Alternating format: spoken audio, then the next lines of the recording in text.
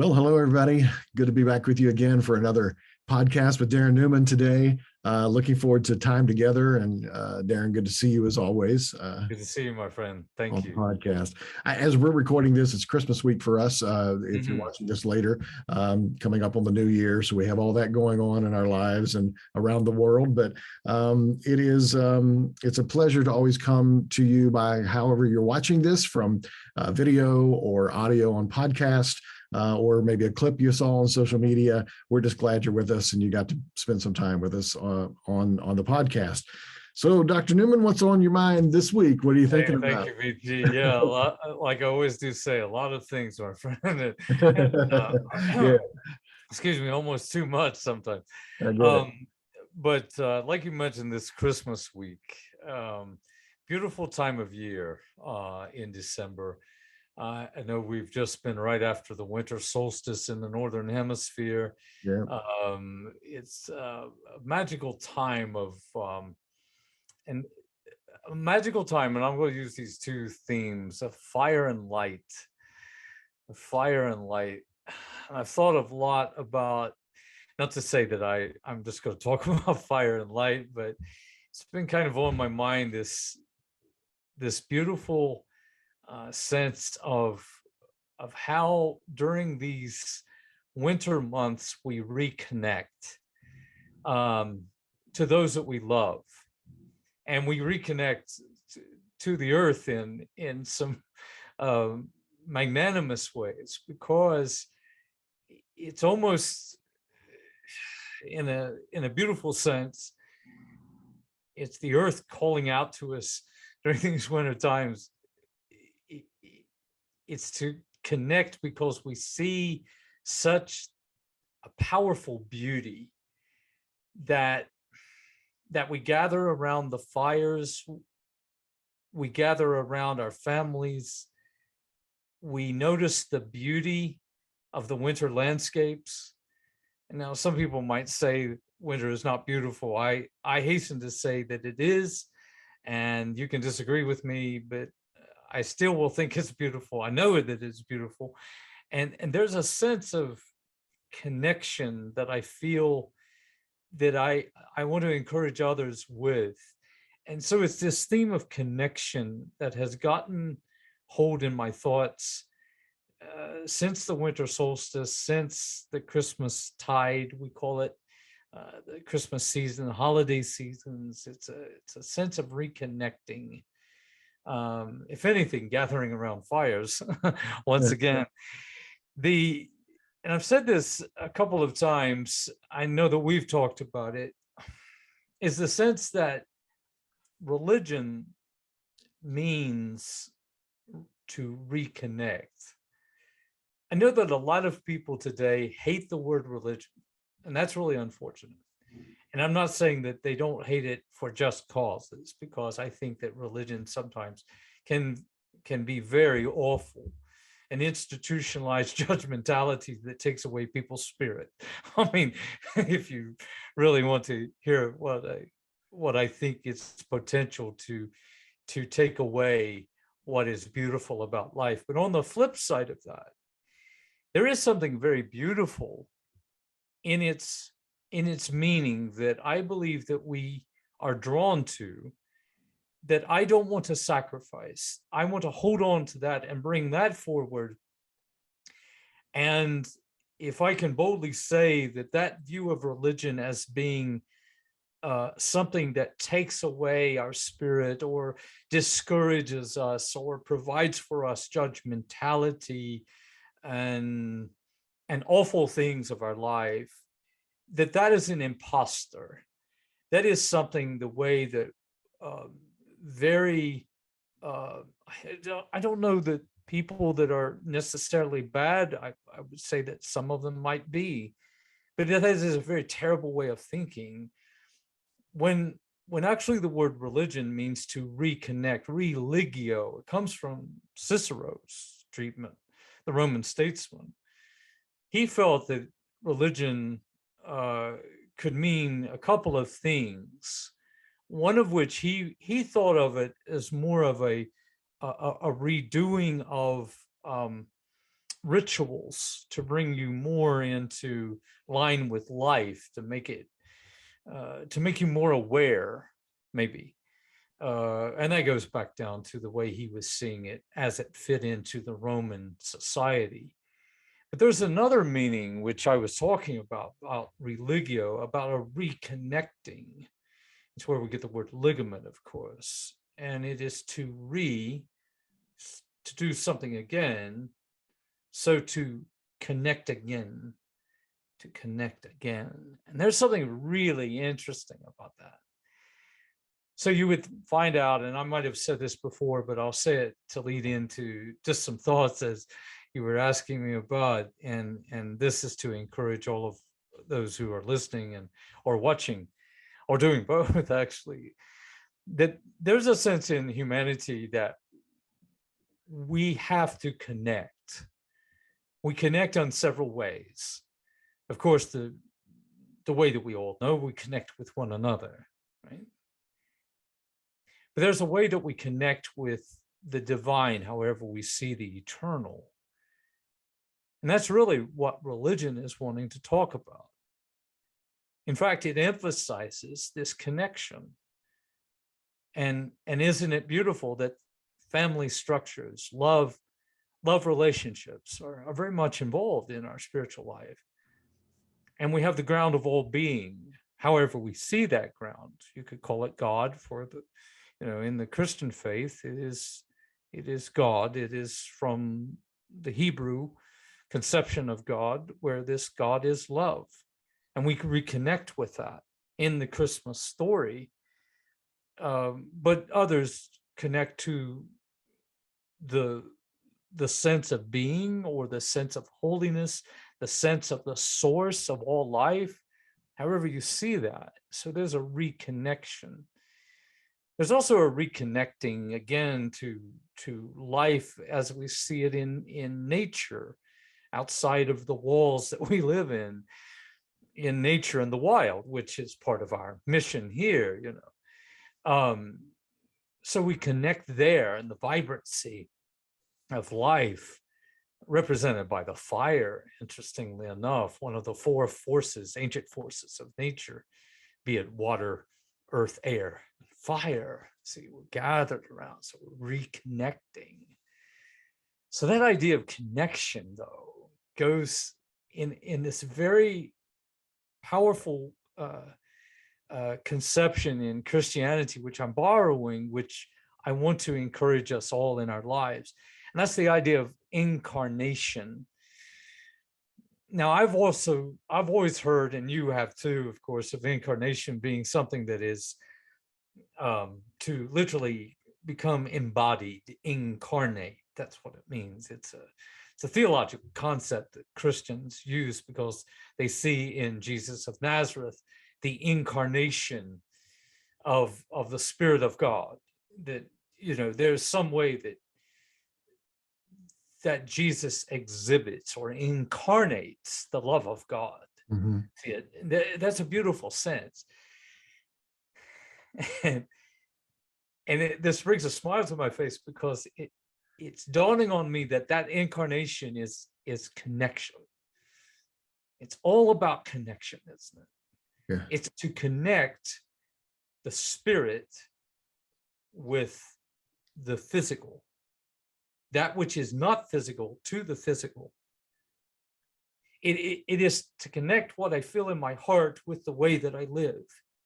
It is to connect back. It is to incarnate. It is to connect again my soul with my action. That is really remarkable to me. That's what I'm being reminded of. And it becomes really important in life, though. What we're finding today, going through COVID, going through just the simple circumstances of life, I think, be it that we have to do, well, we've lived through that. We're sort of breaking out now, but we've been doing things on screens, right? I've been teaching on screens. there's a longing. If we go down that path too long, we yearn for connection again. See it. We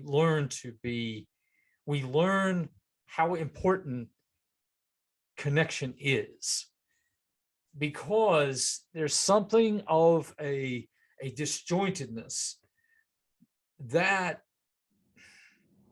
we're reminded of during this winter season, during the solstice, during the Christmas season. Let me tie this in with a couple of illustrations that I've got on my mind. I just saw this, one of which is very near to where we are. Serpent Mound, the Great Serpent Mound, one of the ancient wonders of the indigenous people, the mound builders who built what we think is a serpent. There've been other interpretations of that great work. It's outside of Peoples, Ohio. It's I think now they're trying to appeal for it being a World Heritage Site, if I'm not mistaken. So it's there's a lot of movement afoot to get that recognized, and so we should. But looking at the Serpent Mound this is so good. I've been there several times. The morning of the winter solstice, the sun rises at the tail of the serpent. And on the evening of the summer solstice, the sun sets at the head of the serpent. Now, what people want to talk about, which gives richness to life, and this is where I'm going with this. So everybody hang on. I might, wind myself around here, but we're going somewhere. Yeah, we are truly going someplace. It rises at the tail, and that was built for the purpose of that, right? That is not by accident. Now, let me tell another story. So there is this place in Ireland. I just learned recently about this structure. I think is about 5,000 years old, a circular structure, which the ancient people of Ireland built. We don't know much about their culture. It somehow surrounded agriculture and the beginning of the winter solstice, because it was seen to be the birth of the sun. The sun is coming back, and now we can live again. The sun is reborn. That's the motif. And you can hear that echoing in Christian thought. C.S. Lewis points that out. Christianity is not powerful.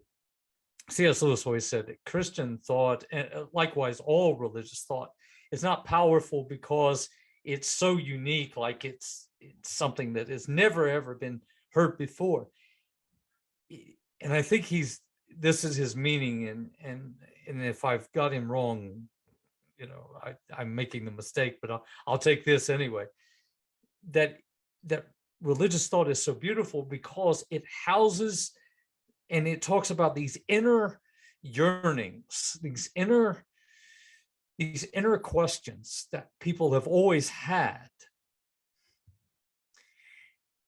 So in Ireland, the entranceway to this structure is a long passageway, about, I think someone said it was 60 feet. And only on the dawn of the winter solstice is that lit up. All 364 days, it is dark. Wow. Not by accident. Again, not by accident. Right. So see, what we're thinking and what people are saying is, and I heard one commentator said, there was a connection in nature to their souls, to what they would do in their lives, to how they would be in their families. And it was based upon these connectors. See, they were incarnating. They saw their yearnings incarnated. See, there's such a beautiful sense of life here. Now, someone might say, now, what does that have to do with you and me in soon to be 2022? Well, here it is. We escape out of a lot of richness in life when we don't see our connections day by day. When we don't recognize them, when we don't give thanks for those, when we're not grateful for those, when we become disconnected, when we have trouble in our minds and we have such a downward glance, what we're yearning for is connection. See it? We're yearning for something to be incarnated. And when we say that we love, there has to be an incarnation with that. So if you get my drift there, does that make any sense? I mean, let me ask you, my friend. I hope it's making sense to where we're going. I wanted to absolutely, yeah. Shall I say, am I being understood? I think, or in the understanding of that. There's some ways that I think about in how we are connecting that gives richness to life. And I wanted to share these three things with our listeners and those who are watching too. So I've got these listed down. I've got them in my mind too, but I put down some notes just to joggle my memory. One of the things is about connection, and this is the first thing I'm thinking about, is that we need experience. The experiences in life are most precious. The experiences of life are the most precious things we have.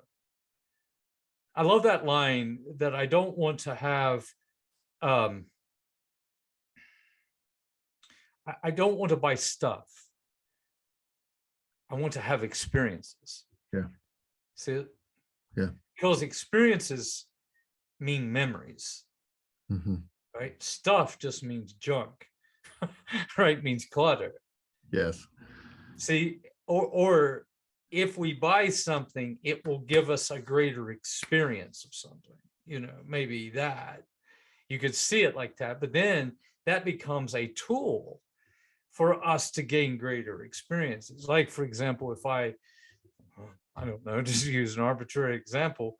If I buy a bicycle to ride on some trail wherein I can ride into the beautiful woodlands and get that experience and that vibrancy, to feel nature around me and get a sense, and that helps me to do that. Or it's the way I like to exercise. See, that it's something I could understand about buying, but it's the experience I'm wanting. It's when we take photographs. When we connect with people, that old line, we want to make a memory. Isn't that beautiful? It is. We want to make a memory because a memory is an experience. Again, it's incarnation. So in the Christmas story, see, it was memorized by Luke. In Luke chapter 2 in the New Testament is where you get the whole Christmas story. It's incarnational because it's an experience. See it? So in that sense, what we have going on is this whole realm of connection. It's connection. Incarnation is connection. It's where I incarnate. I have a memory of that experience because I am there. And when I express love to someone in my life, be it a family member or a loved one or a friend, whoever, I'm taking what I feel in my heart and putting that into an experience. I'm incarnating and I'm connecting. Yeah. And isn't that what we're so desiring of? Isn't that the whole basis of the Christian thought, that we need to see that? Because we learn through and by the experience. Love I mean, that. how often do we, sorry, you started to say something. No, I'm just saying I love that. I love how you at the beginning talked about the reconnection, religion having a positive definition to some while Yeah. having a negative to other, depending on your life's experience. And I've been through a lot of changes over the years when it comes to my walk of faith. And one of the Yeah. things I'm thankful for is that if you live long enough, you get great wisdom. You go through a lot of things as a Yes. young Yes. person Very without a lot true. of knowledge, but you learn things. And that Very true. reconnection, I think, is important. And I'm thinking about it during this holiday season when, sometimes people are not joyful. Sometimes they are broken. Sometimes they are empty. Sometimes they are wounded in a lot of ways. And I think you're hitting it spot on, is that there's a reconnection needed, a reconnection in their lives to the people they love, to the God that created them, to the nature that is around them. Those things will bring us back to fulfillment again. And I love that.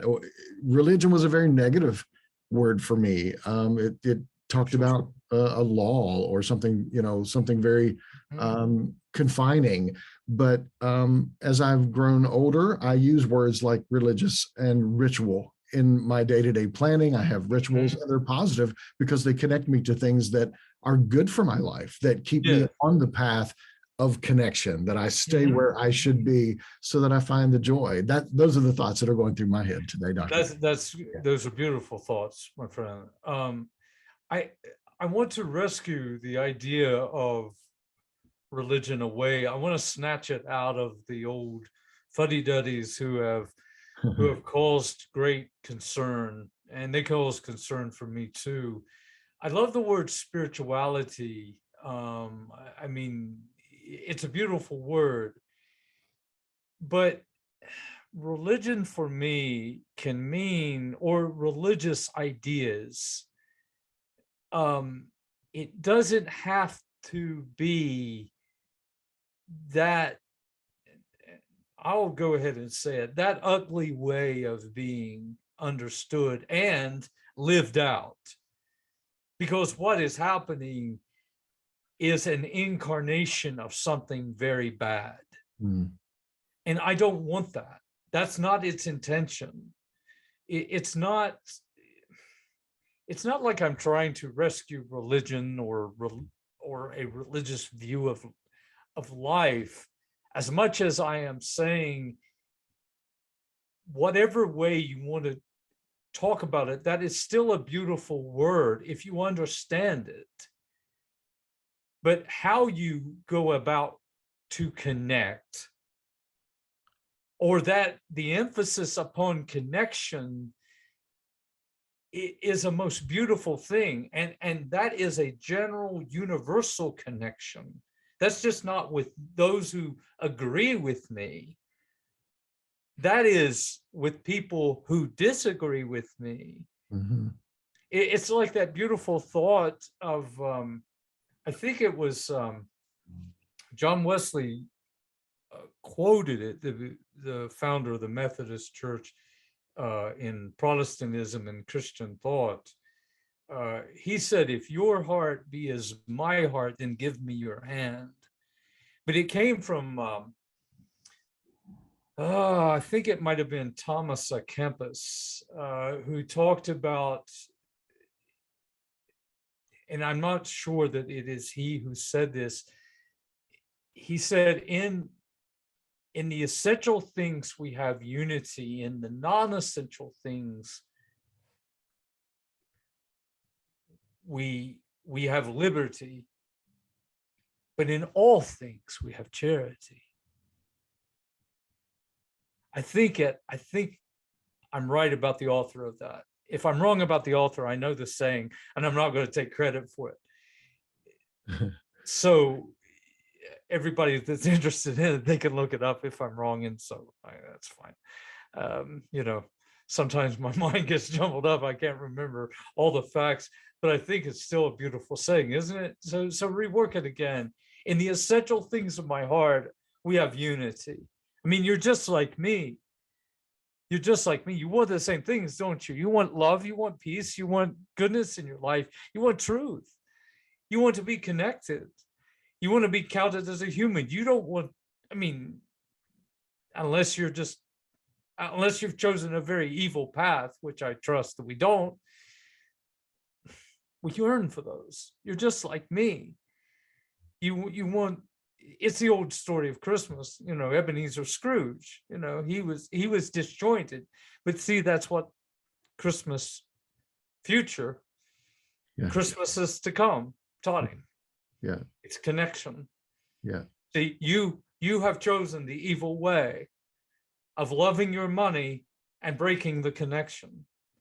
See, it's not about Ebenezer Scrooge. It's not about, you holding up your money and just saying, well, I'm big me and little you. No. It's connection.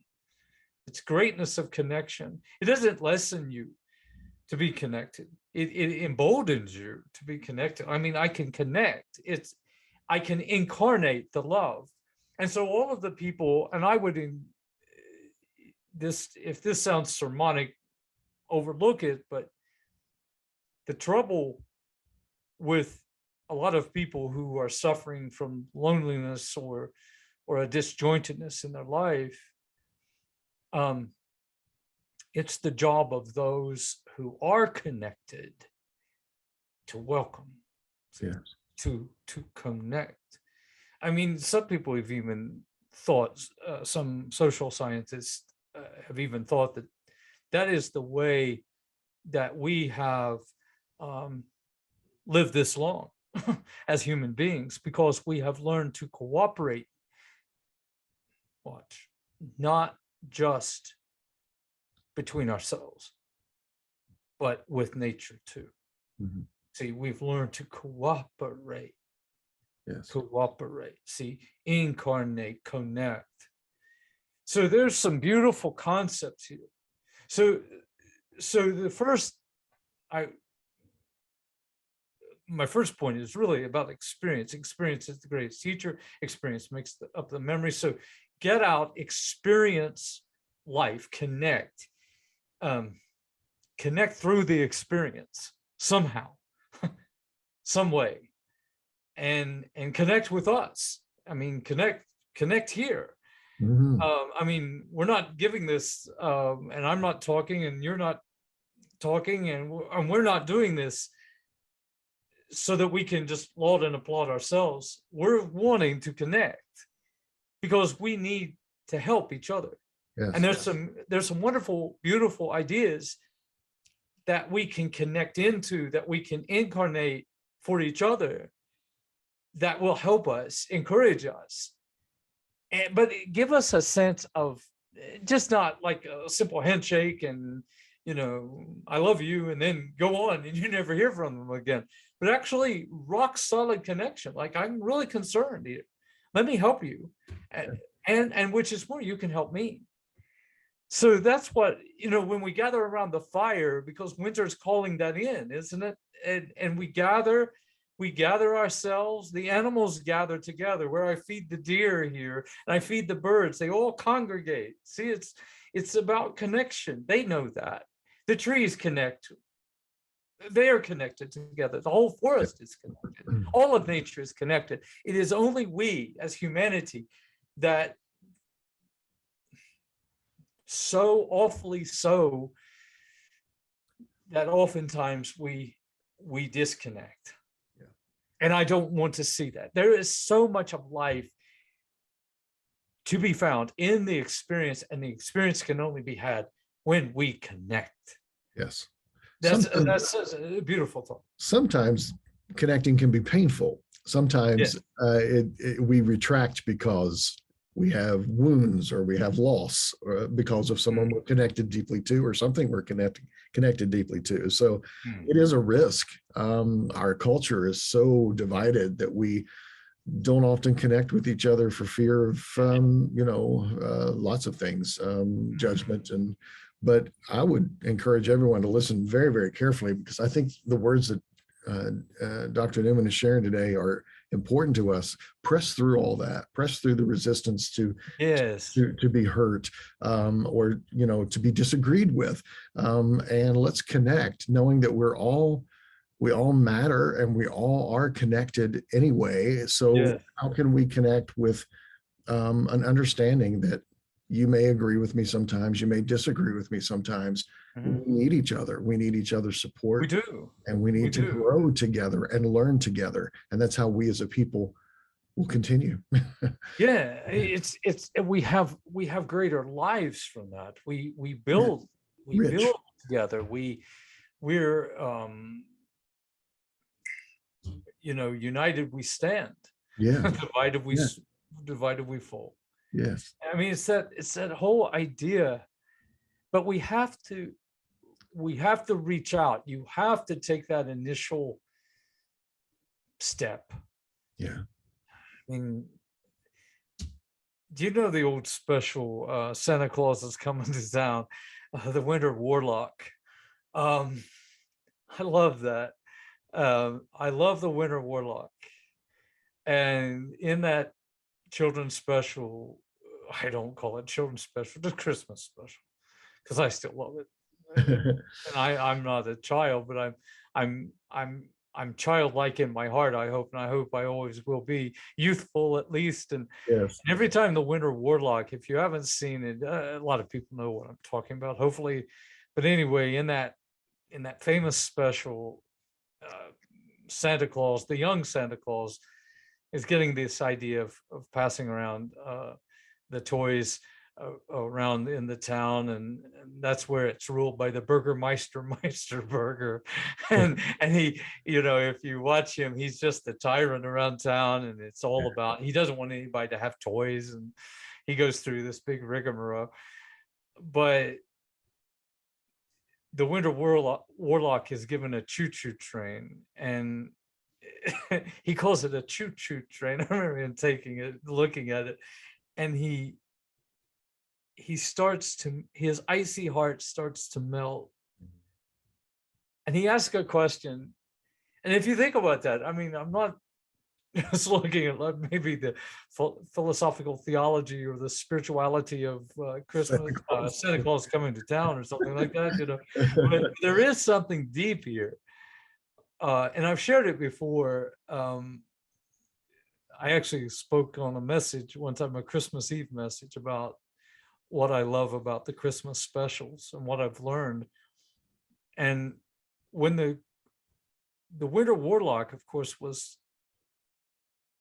unconnected, wasn't he? He was all alone. Indeed. Everybody was afraid. And when he was given the gift, that's so beautiful. His heart melted away, and he wanted to help them. And he wondered, how can I become good? And the answer was, just take a step. Just put one foot in front of the other, and you'll start out, you're walking across the floor, and just put one foot in front of the other, and soon you'll be walking out the door. Right? It's that one step forward, one step to connect, one step. That's all we need. One step out of you. Just take one step. Just try. Just try. And you will find many reaching back. Yeah. See, that's such a beautiful thing. And we will have an experience. We will have a memory. We'll have something that teaches us how to love, how to be together again. Isn't that just what it takes to take that vision of not seeing what we don't have, but seeing what we do have, to seeing opportunities, how we can connect. Just try it. Try it. Just innovate. Yes. Attempt it. And that brings on a beautiful, beautiful thought, because people, and this probably is my second thought that I have. So first is experience, but people need to see what you have in your heart lived out. We long for that, don't we? We long for the embrace, for the words of encouragement, for the handshake. I mean, look at how many people have not hugged their loved ones for this past time. Yeah. And it's within us to do that, to fight against that, to embrace each other, but to see that alive and well. It's back to the Christmas story from the New Testament, which I think it's a beautiful thing. I've told often in churches, and I'll say it here. Every December 24th, I have a ritual that I do, is that I go out sometime during Christmas Eve night. Usually it's late. It might be past midnight into Christmas Day. It might be 11 o'clock, whatever, in the night. And I'll take a candle or something to look at the text, and I will read to myself out loud the words of Luke chapter 2. And I will look at the stars, or I'll look at the moon, or sometimes I've even had snowflakes fall upon the pages. And it always occurs to me, and this is where it gets to me.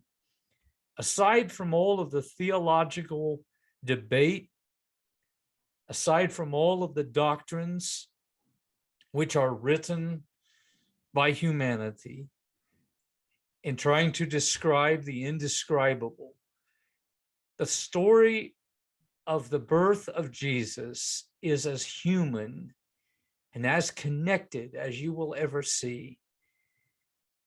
Because when the shepherds are given the message, they are told, so beautiful that it is, the first words from the angels is, do not fear.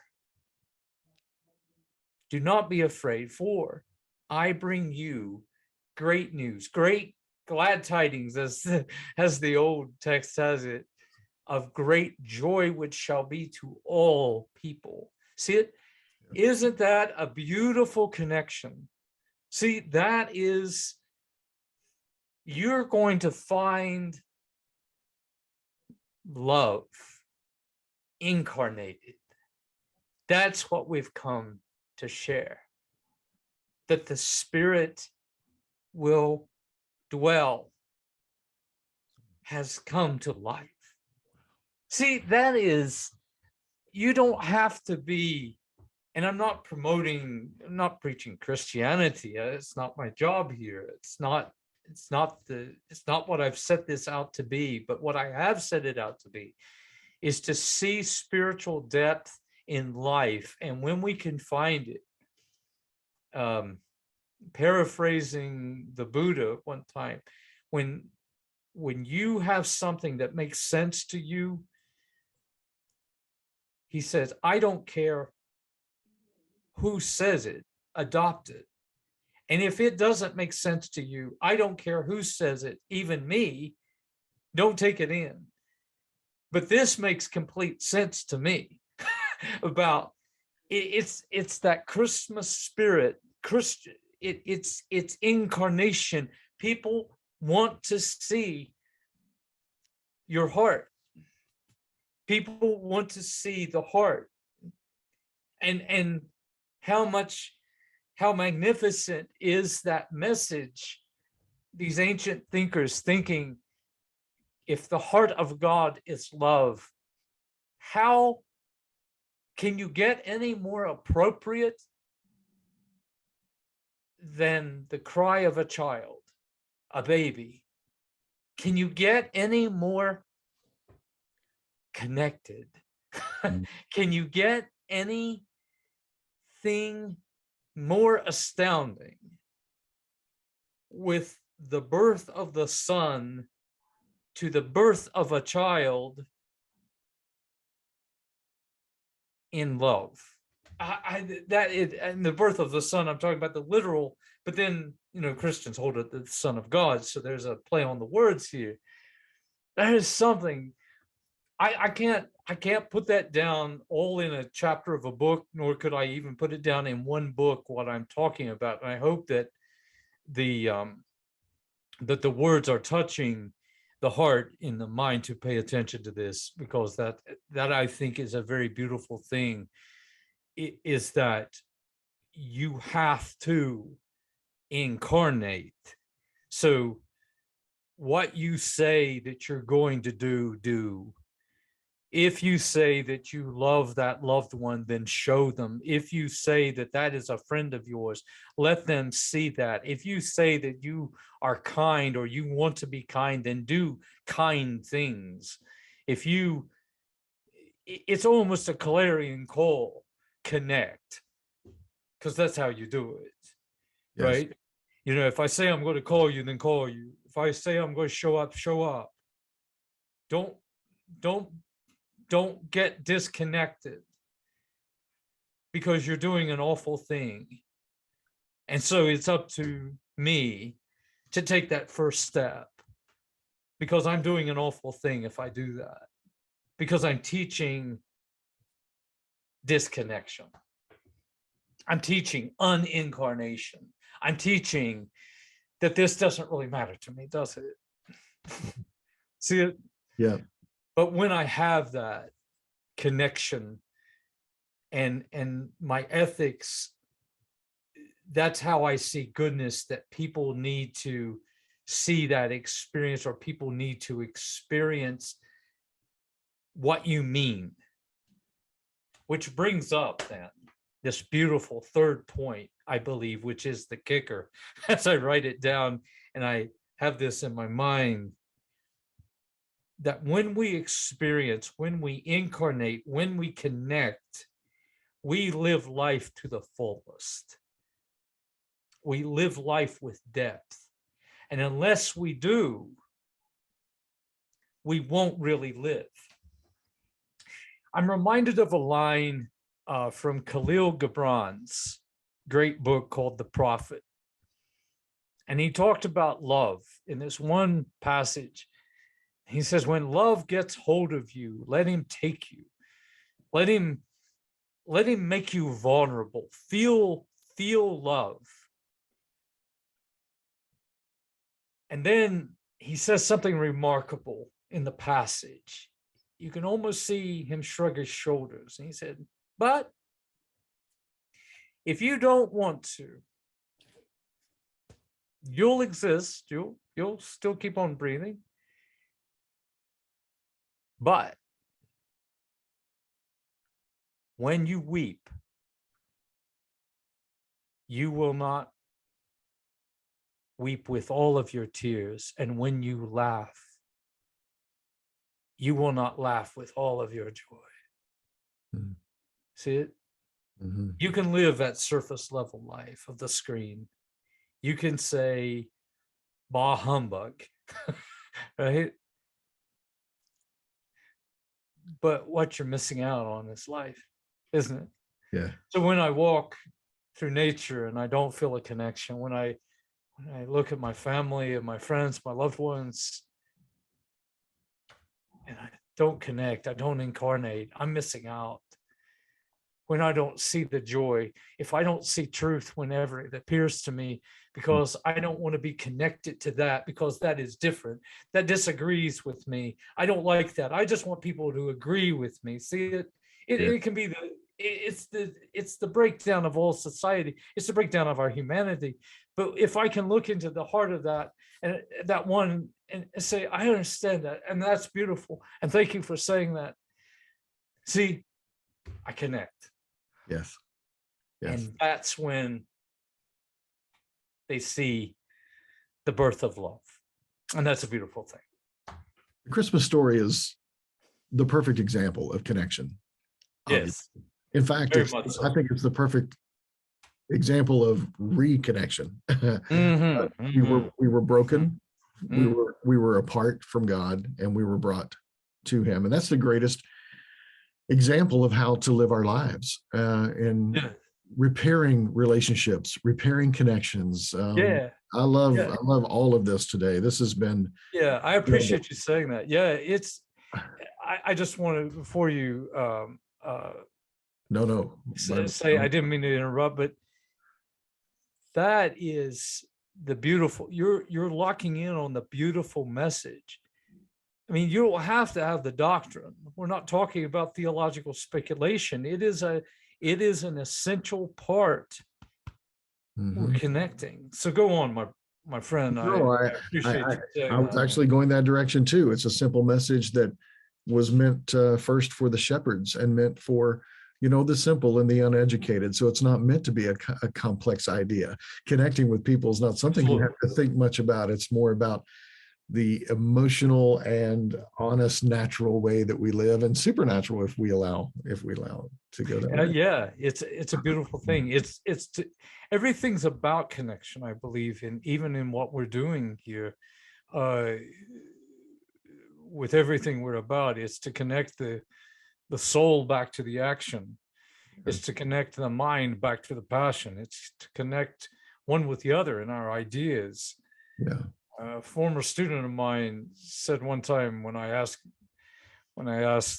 him what had the teaching in the class done for him, because he was just enthralled with it, which I deeply appreciated. He said, my mind seen before that it was just sort of there, and I just he just went like this. He said, but when I took those courses, it just came alive. My mind went. Yeah. Seeing that if you overlook the animation of my explaining that ooh sound, Yeah. that there is something about that. It is extraordinary. And so throughout our lives, it's this incarnation, it's this connection, it's making of the memory, having the experiences. And isn't that the way we see the beauty? Yes. We experience it, and it teaches us, and it helps us, and it teaches us how we should live, and it gives us encouragement for that. It encourages others. So these three ways, of the experience is the teacher. That way of understanding, it gives us depth in life. It helps us to see that that's what life is all about, in that way of being. It is in that way of ethics is the way we should be. Mm-hmm. So it's all there. Yes. And I hope that that's encouraging, because You too. it's encouraging me. I hope that the listeners and the viewers will take courage during this holiday season. And if you feel disconnected or alone or broken, I hope this does encourage people to get up off of that chair and go reconnect, pick up the phone, reconnect, begin to experience the goodness and the joy of not only the season, but of all that we have in life. And I hope this was I'm encouraged. I think it was a great example of understanding how very easily we can become disconnected and become out of sync with all that we have. You talked about experience. You talked about the Christmas story. You talked about the joy that we lose if we still live, but we don't live abundantly. We don't live full. And I think that's great. So please, if you're listening and this has mattered to you and it's made a difference, we would love to hear back from you. Please reach out to us and let us know. Any final thoughts today, Deron, as we just some encouragement on that. Always connect.